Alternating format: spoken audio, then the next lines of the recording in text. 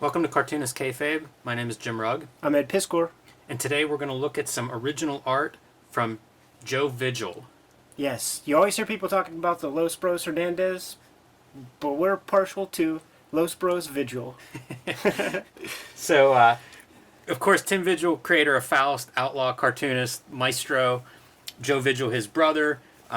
You'll see his name pop up sometimes in Tim Vigil comics as an inker or assistant or something of that sort, but he's also done some of his own comics, and one of my favorite of the black and white 80s outlaw type comics is a series called Dog.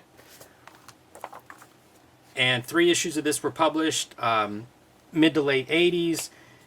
Pretty interesting stuff. It's in line with the outlaw comics that we've shown before. Black and white, usually graphically violent, and sometimes with screen tones, interesting patterns in the background pages. So we found out that some of this artwork was available at very reasonable prices. At Heroes Con, we found out about this, and I think we all ran home and bought some. And when I say we, I include Chris Pitzer, I know, bought a page as well. And so this is my page. It's from Dog issue number 2, and it features a giant monster spider that the main title character Dog is fighting with.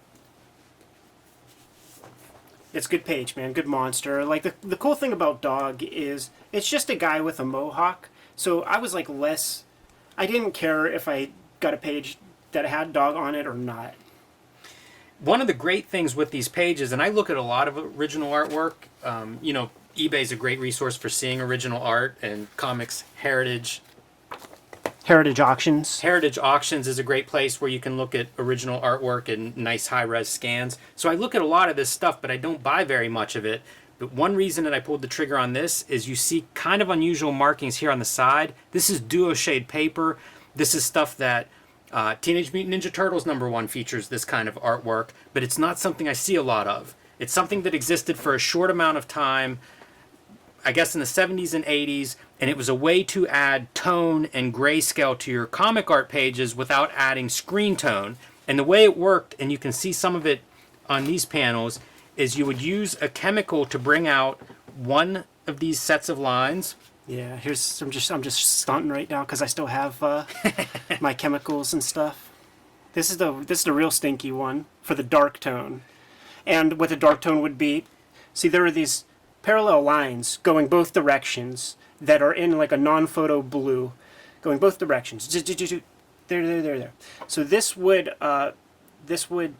develop both sets of lines to get you the darker gray, and then this one would just give you one set of those parallel lines. When you crack this seal, it really smells like rotten eggs. And if you don't, and cancer. If you don't put the lid on super tight, what happens is it oxidizes and it just forms crystals at the top, and you lose all liquid. It just turns to crystals at the top. Yeah, I believe that. So those 2 shades allow you to do kind of like maybe a 30% and a 50%, something like that. Depends on the paper. Like there are many different duotone boards that you could get from like Al Williamson kind of straight lines, where it's like wobbly, to like wood textures, to pebbly texture. I didn't know that. Yeah, and you could get ones that have many different like line widths. It would say like right here is where you're gonna get those numbers.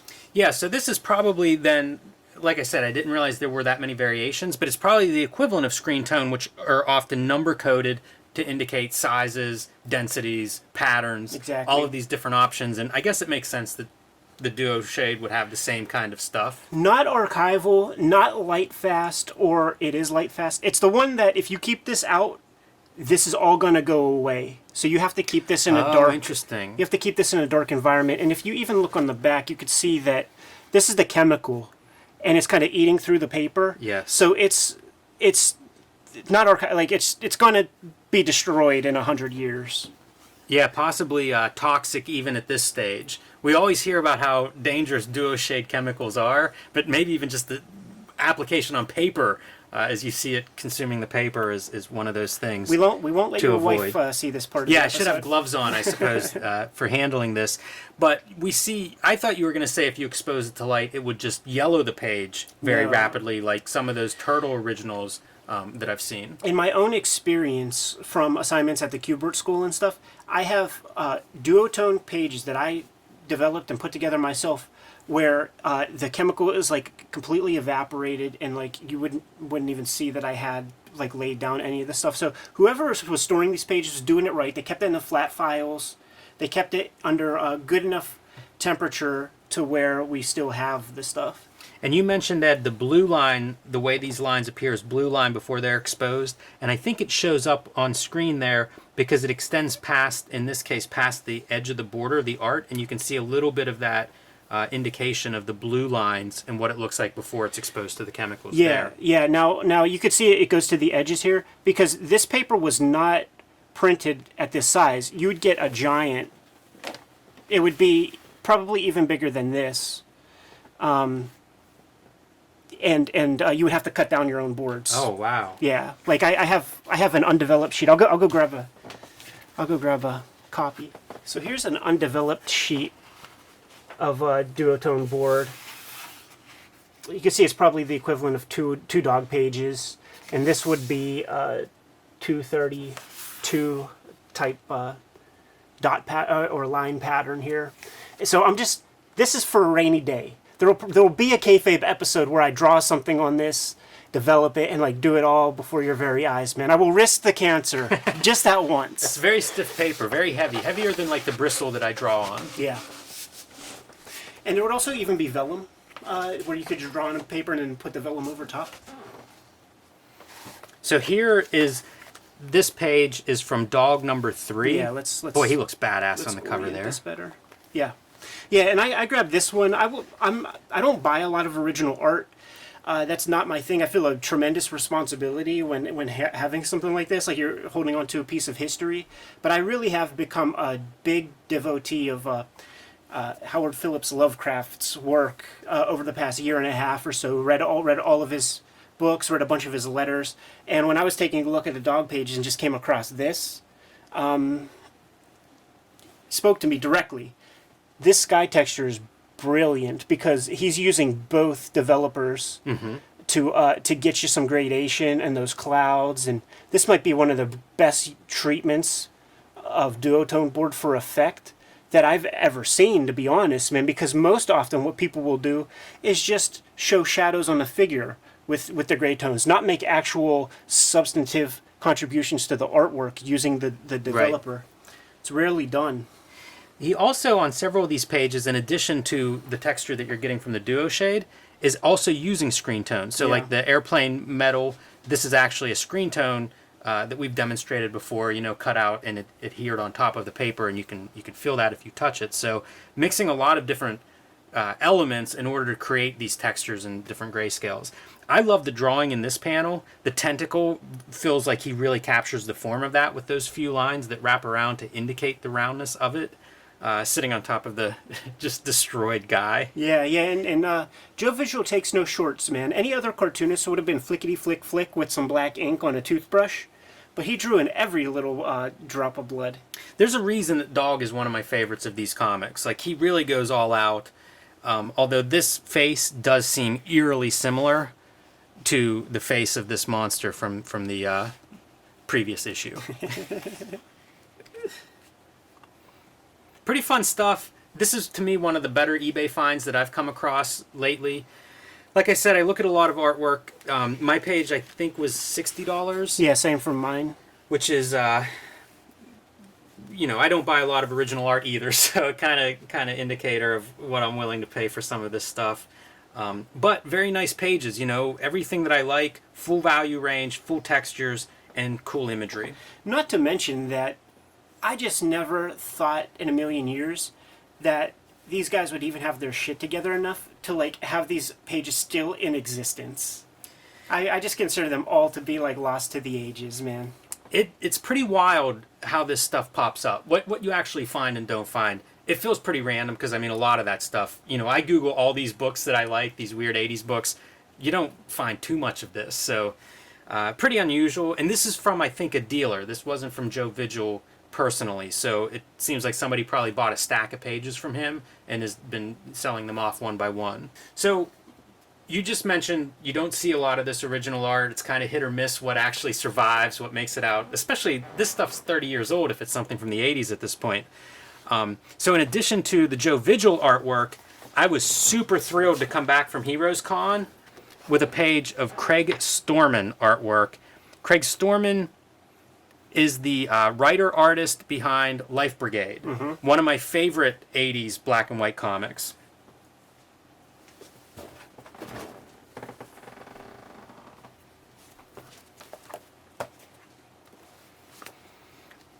Whenever I started buying the 80s black and white stuff, a lot of that stuff isn't very exciting. You get it and it's, it all feels hopeful, but they Yes. rarely deliver. Life Brigade was the exception. It was one of the first pieces that I picked up where I was like, wow, this guy's really good. And you can kind of see on this cover what this story's going to be like. His art style is a little bit alternative, indie. The lettering spoke to me right away. If you look close, and you can see it in the original art, which is part of why I was so excited to get an original page, was to see the lettering up close. But it's not traditional lettering. Like, he's going over this several times in order to make these letter forms. It's a cross between superhero comics and sci-fi adventure stuff. And there are several issues. This first one was apparently successful enough that it went through a couple of printings, and he talks about that in a letter from the creator kind of page. And it launches Blue Comics, which then publishes from, I think this is 1986. They continue to publish into the mid-90s. These are all of the Life Brigade issues that I'm aware of. Issue 2, and then New Life Brigade, which actually just starts at issue 3, or continues, numbering at issue 3. He brings on some other creators along the way.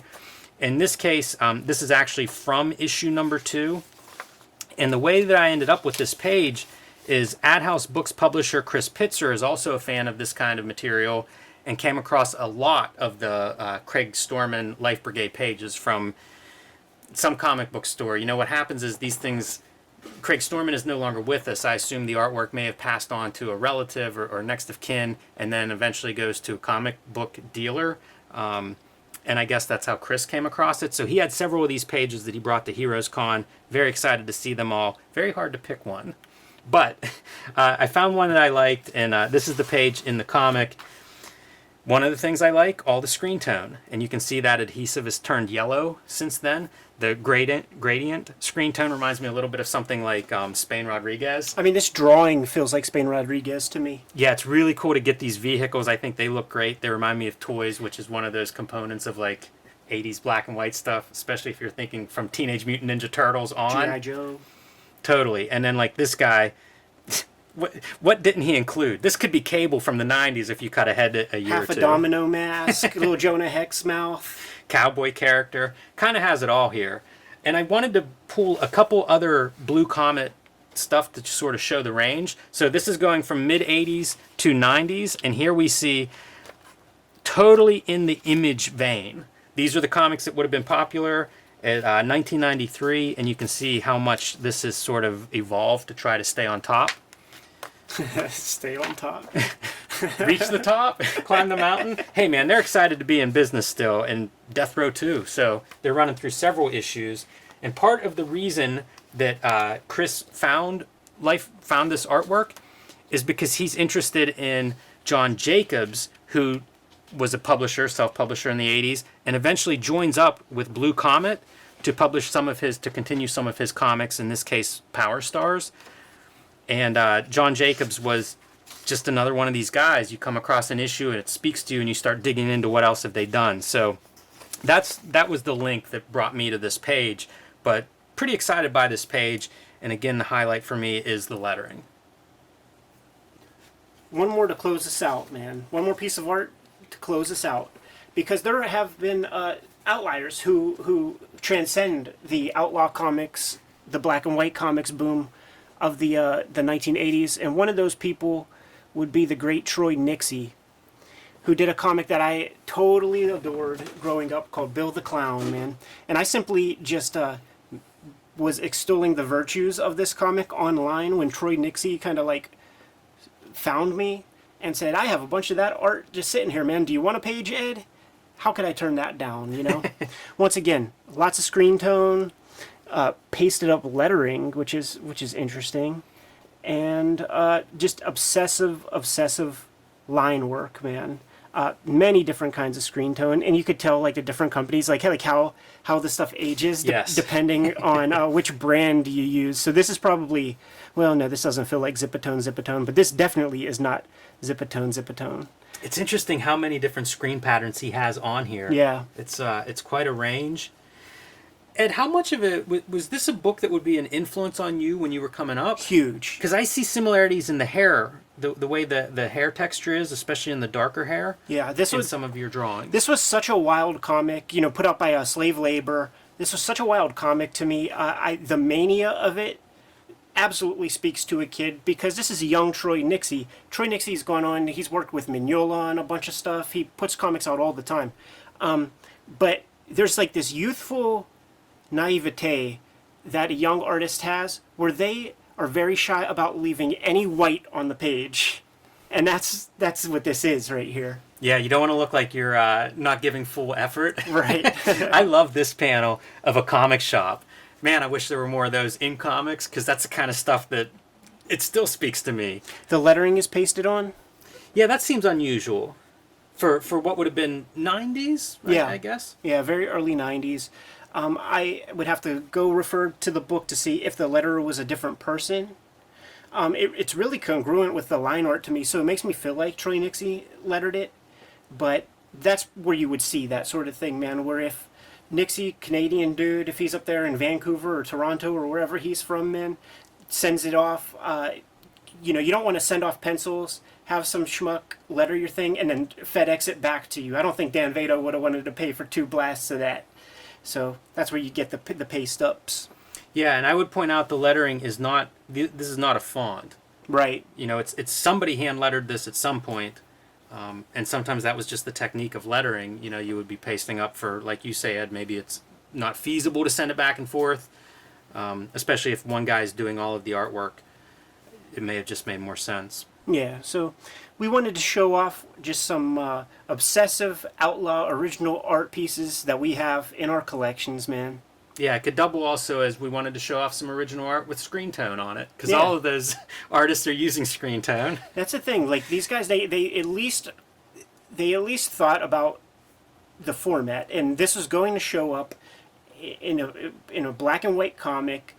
You could count the number of cartoonists who are really good with black and white on one hand, maybe 2 hands with some fingers left over. So you gotta get some extra fuss in there, man, to just like make those pages work, man. Not everybody is Jeff Smith, not everybody's Alex Toth, not everybody's Jaime Hernandez or Charles Burns. It's cool to see these in this format because they feel like production art. When Yeah. you see all the screen tones, when you see pasted up letterings, you kind of, it's a real insight into like you're building it for that printed page, and how you get there doesn't matter. Like this doesn't have to be perfect. You can have the different adhesives aging differently. That's not important. What is important is that black and white printed comic book looks as good as you can make it look. As the great Shakespeare said, the play is the thing. And on that note, man, we're going to get the heck out of here and draw some of our own pages. So you guys know what to do. Like, subscribe, and follow the YouTube channel. Hit the bell icon, and it'll notify you whenever we have new videos available. You can find Cartoonist Kayfabe merchandise at our spread shop. There's a link below this video. Make sure you buy our books and those links down below too, man. We're going to go get back to making some of them. But you guys know what your marching orders are. Read more comics.